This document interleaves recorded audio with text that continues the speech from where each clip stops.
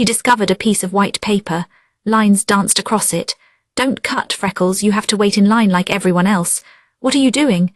Chu-Yu was sitting with a flat board instead of a table. She was drawing a picture. Before him, a courtesan sat in a chair. She looked as calm and composed as she could. "Can't you tell I am drawing a picture?" The brush ran fluidly over the page, producing something resembling the woman in the chair. It was, if anything, more beautiful. "There, all done." Chu-Yu left the brush in the pot of ink and gave the paper a few good shakes. The face of his model broke into a smile. She said, "Well now," as she pulled out her wallet and gave him 5 coins, and they were not small ones. Chu-Yu said, "Pleasure doing business," tucking the money into the folds of his robe. The sum was considerably more than a child's pocket change. "Ooh, I am next," one of the menservants said, sitting in the chair. Was he not supposed to be on guard duty? What was he doing playing around here? If the madam saw him, he would be in for it. "Oh, sorry, mister. I'm all out of paper. I'm going to buy some more right now though, so stop by tomorrow, okay?" "Bullshit, I have been waiting all day." "Really sorry, sir. I will do you first thing tomorrow. I will make you look extra manly." He was pretty good at this. Chu-Yu slipped away from the crowd and started hurrying toward the paper shop. Maomao recalled buying him a sheaf of 10 sheets. Was it already gone? At least 3 of the people standing around appeared to be holding portraits. At his prices, that would already be enough to recoup the investment in materials. Who knew he had a talent like that? Maomao thought, scratching the back of her neck and stealing a peek at the page a nearby courtesan was holding. "You louts, what are you doing?" The sound of the madam's raspy voice was enough to banish the friendly chatter and turn all the faces pale. "Hurry and start getting the place ready. Do you want the customers to run away?" There was the madam, brandishing a broom. The courtesans, the apprentices, and the menservants scattered like baby spiders. Maomao was about to leave for her own place when she was grabbed by a skeletal hand. "What is it, Grams? You know damn well what it is. It's that kid. You agreed to take him in and you are getting a stipend to support him, but you can't just let him do whatever he wants. You're the one getting all the money, Grams."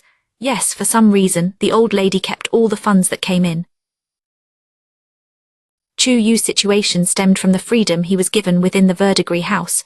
A man, even a child, could not truly live in the brothel. However, he also could not be housed with the menservants in their longhouse. He was put up in Maomao's shack by process of elimination. "He is using my facilities. He owes me a cut of the profits. I will let it go at 10%. Greedy old hag." Maomao didn't think she had said the words out loud, yet mysteriously she found a knuckle cracking down on her head. "You clean up that brush and ink pot." "Why me? Don't question me. Just do it or it's locust soup tomorrow." "Hag," Maomao thought, but she sullenly began to clean up, pressing one hand to her head all the while. When Chu-Yu got back to their shack that evening, Maomao looked at him in a way that showed she was not pleased. "Freckles, where's my brush? No brushes for boys who don't clean up after themselves." Maomao pointedly turned her back on him and put some wood in the cook stove. "Don't be stingy with me. If I am stingy, I learned it from the madam." Maomao stirred the congee in the clay pot on the stove, tasting a sip of it. She thought the dish was a little bland and added some salt. Someone said she was going to charge for using her place. "I know, I am going to do my portraits somewhere else from now on." That made Maomao frown. She set the ladle in the soup pot, then walked over to stand in front of Chu-Yu. He was lounging on the rush mat on the floor. She crouched down and looked at him. "What? You should stay close to the verdigris house." "I do not care if she charges you for it. You are not to get too far away from the guards, and no more going by yourself to buy paper. Hey, I can do what I want." He tried to look pointedly away from her, but Maomao grabbed his head and forced him to look in her eyes. "Yes, you can do what you want. If you do not mind ending up as a lump of meat." Chu-Yu looked at her. She was not joking. The verdigris house was boisterous and friendly, but this was still the pleasure district. The seamy underbelly of the capital was always near at hand. Maomao pointed out the window of the shack. She said, "You'll end up with someone like her." The light from a lantern could be seen almost floating through the evening darkness. A woman held the lantern. She was hooded and carrying a rush mat. She looked ordinary at first. But then Chu-Yu caught his breath and stood abruptly. He must have noticed that this night walker had no nose. She did not have a proper home either, and could only take customers by the roadside.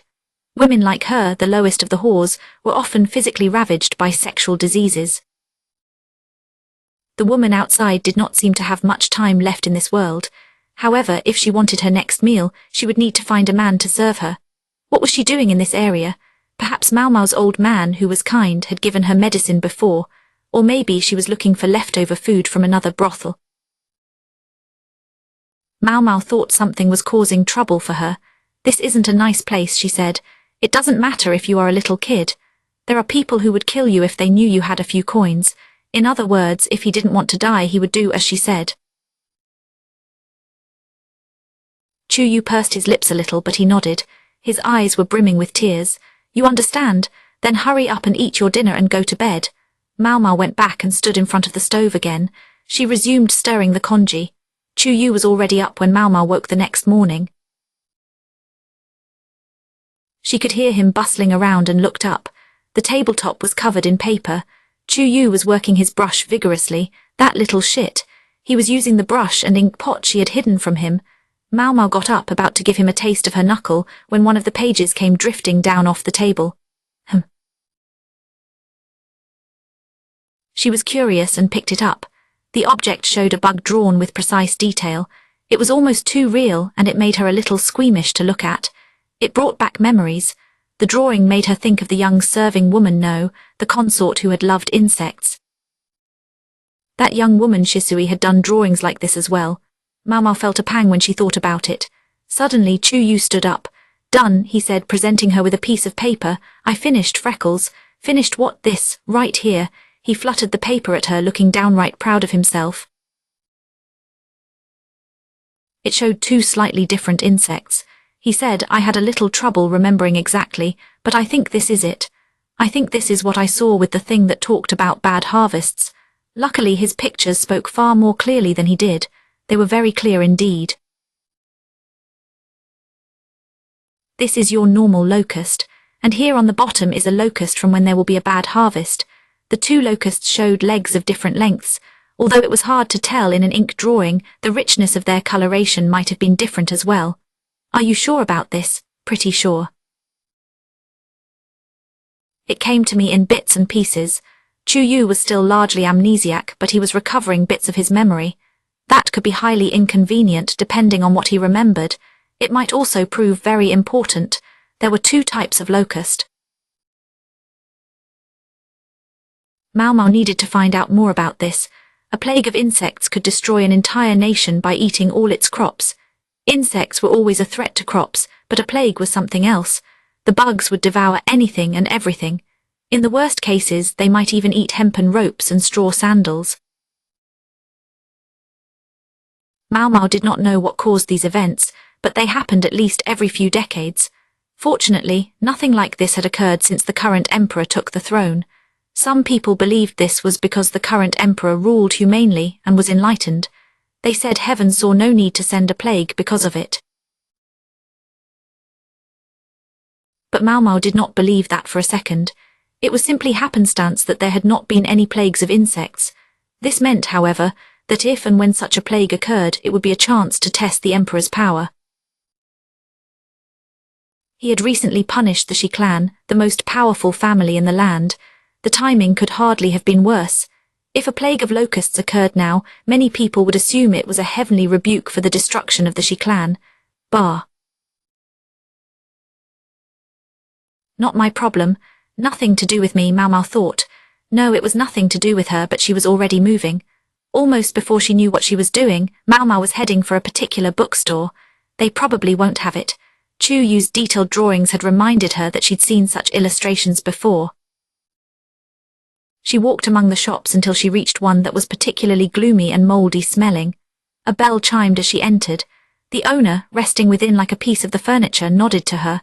That was as much civility as he was prepared to offer, after which he appeared to go back to sleep. The place looked deserted, bereft of customers, but she knew his purse must be comfortably full these days. He supplies books to the rear palace after all.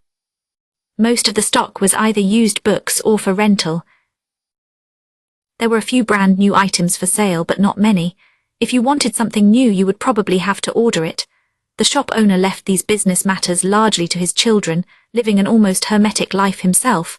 They are not going to have it. This shop specialized in popular fiction and erotic illustrations, not what one would call refined material. Maomao had come here nonetheless because one could sometimes make unexpected finds in shops like this. Almost as soon as she got inside, she rubbed her eyes. What was going on here? She frowned. Was this some convenient plot twist? She pointed to a book resting on a pile on the desk. "Hey mister, can I have a look at that?" The shopkeeper grunted. Maomao took that as permission and picked up the book. It was thick and heavy and the cover showed a bird. "This is ridiculous." It truly seemed impossible, and yet there it was. The book contained pictures of birds along with descriptions. Handwritten notes filled the margins of the pages. "What is the story with this book?" I received it yesterday." The clerk did not sound very excited. He wished she would stop interrupting his nap. "Did you get anything else along with it?" "Only the one. But the man said he would come back, I think." Maomao's face began to sparkle. This was the second time she had held this book. Yes, it was exactly the same one she had seen back then. It was in the chamber where she had been confined. It was one of the books she had been given as research material on the elixir of immortality. And here it was in her hands. Chapter 2 Ukko. Maomao wondered how this could be. Shishu's stronghold was supposed to be sealed off. It made no sense for something from there to be here. Even if the clan's possessions had been moved out of the fortress, finding one of them here in this marketplace implied some shady dealings. HRRMM.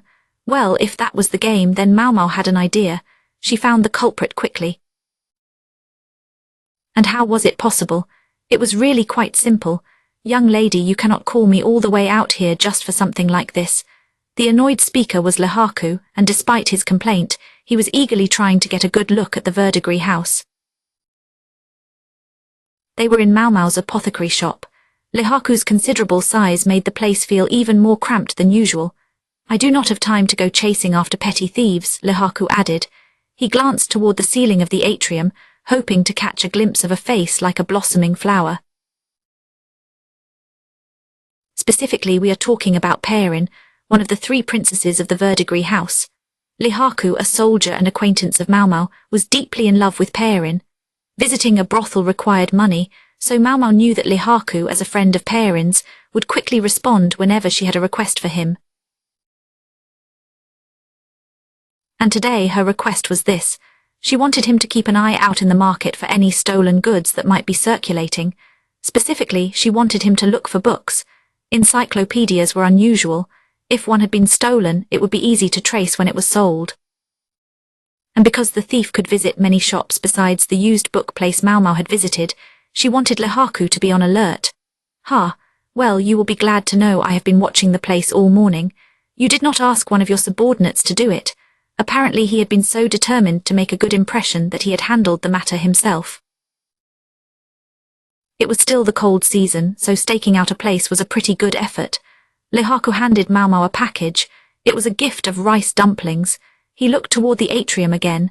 He seemed to be suggesting that he and Maomao should have tea together. He also wanted her to call Perrin to join them for a snack. But Maomao still needed something from him first. "Where is your captive?" "He is out front. One of your guys is watching him." Maomao looked out the window. She saw 2 of the brothel's guards standing on either side of an emaciated, beardless man. He was wearing fairly heavy clothes. In fact, Maomao recognized the cotton-padded jacket. The room was dusty and it was obvious the floor hadn't been washed in days, but she recognized it. Well, now where had she seen him before? "Hey," Lihaku called, but Maomao ignored him. She put on her shoes and headed toward the men. The thief looked smaller than he actually was, flanked by the 2 large guards. "Don't get any closer." "He is dangerous," one of the guards said, a long-serving manservant catching Maomao by the collar. She hated being handled like a cat, but this was how it had always been ever since she was little. She did not bother squirming away, but only looked at the thief. He did not say anything. She did not say anything, but their eyes met and he studied her face for a second. Then he went pale. He opened his mouth and what should he say but "Snake girl." He shouted so loudly that he sprayed flecks of spittle. "Hey, I think you mean cat girl," the guard said teasingly. The other one laughed. Ooh, Maomao fumed. She did not have much memory for faces. The man's appearance was altered by his hollow cheeks, but she was almost sure he had been at the fortress. He was the one who had been guarding her room. He was also the one who had helped her escape from the torture chamber. The one who had interrupted her delicious meal of snake meat. At least it makes sense now, she thought. When he had told her to run, that it was dangerous, he looked like someone who had just looted a burning building. Since he had been guarding her room, it would have been a simple matter for him to snatch the books out of it. What's the matter, young lady? Lihaku arrived on the scene and looked at the man, who trembled visibly. If they discovered he had run away from the fortress, they would treat him as something far worse than a thief. Maomao considered whether she could use this to her advantage. I apologize, sir. He is an acquaintance of mine. Huh, Lihaku said, surprised by how directly Maomao stated it. She smirked at the criminal. Lihaku was clearly doubtful, but when Maomao produced some snacks and called for Perrin, he quickly went off wagging his tail. And so Maomao was left in the apothecary's shop. She was with the thief, and you don't really have to be here, she said. She gave a withering look to the long-serving manservant. Everyone else had gone on tea break, but this man had insisted on following Maomao. He had cleverly helped himself to a handful of dumplings. I'm afraid I can't leave you two alone, he said. If anything were to happen, I'd catch hell from Mr. Fox and Mr. Mask.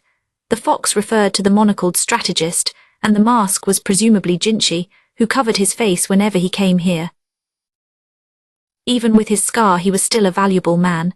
His looks would make him stand out, and his position only complicated things. Don't worry about it, the manservant added. I'm just sitting here eating dumplings. I won't hear a thing. So saying, he went and sat by the wall. He was in his 40s. He had been at the Verdigris house since before Maomao was born. He had earned the madam's trust by always doing things diligently and accurately. His name was Ukko. He will tell the old lady, I just know it. She needed to limit this conversation to topics the madam would be comfortable with, things that wouldn't cause trouble if she found out. Maomao looked at the man sitting across from her. 2 books lay on the table between them. One book was the one Maomao had found at the used bookstore, and the other was the one the thief had intended to sell today. What happened to the rest of the books? She asked. The man refused to look at her as if he were a recalcitrant child. It wasn't a good look for a full-grown man. I don't have time for this. If he had sold them at other shops, someone else might have already bought them. Maomao slammed a fist down on the table. She said quietly and slowly that soldier we saw was part of the assault on the stronghold. Are you saying you do not care if I tell him you were there? The man's colour worsened. Maomao hated to threaten him after he had helped her, but this was no time for scruples. She needed to know where those books had gone. Ukko munched thoughtfully on a dumpling, taking his time with each mouthful. He seemed relaxed, but he was strong enough to overpower this man if it came to a fight. The man frowned, considering his options. Finally, he bowed his head in defeat. He said, I still have 3 of the other volumes. I sold 2 of them in another town and left the rest. If the fire from the explosions hadn't reached Maomao's room, we might still be able to get those last volumes. That means the real problem is the 2 books he sold. The paintings on the table were about birds and fish. Did you sell the painting about bugs? No, I still have one of them. One of them, that made Maomao curious. The volume about birds had a number on it. If there was a I, there must be a II. Can you get it for me immediately? Can you promise you won't sell me out? It depends if you are willing to cooperate, Maomao pressed. Ukko had been reclining by the wall and a deep sigh could be heard from him. He said, Come on, Maomao. Now you are just threatening him. He arranged himself on the cramped floor of the shop and gave the man a friendly smack on the shoulder. Listen, you must be hungry, right? It looks like you have been through a lot. Why not relax? The thief did not say anything. Ukko simply left the shop. He was soon back holding a tray with a bowl of rice and a side dish. The side dish was simply the leftover stewed locusts, but as soon as Ukko offered the man chopsticks, the thief took them. Maomao was surprised by the man's enthusiasm. Ukko slapped her on the shoulder. She said, Not there yet. The thief was virtually obsessed with his meal and didn't even look at them. Ukko lowered his voice and spoke to her. He said, Just look at him. I think he had a difficult journey to the capital. Perhaps he did sell the books, but it seems it was either that or he would have starved. The books themselves appear to have been treated well.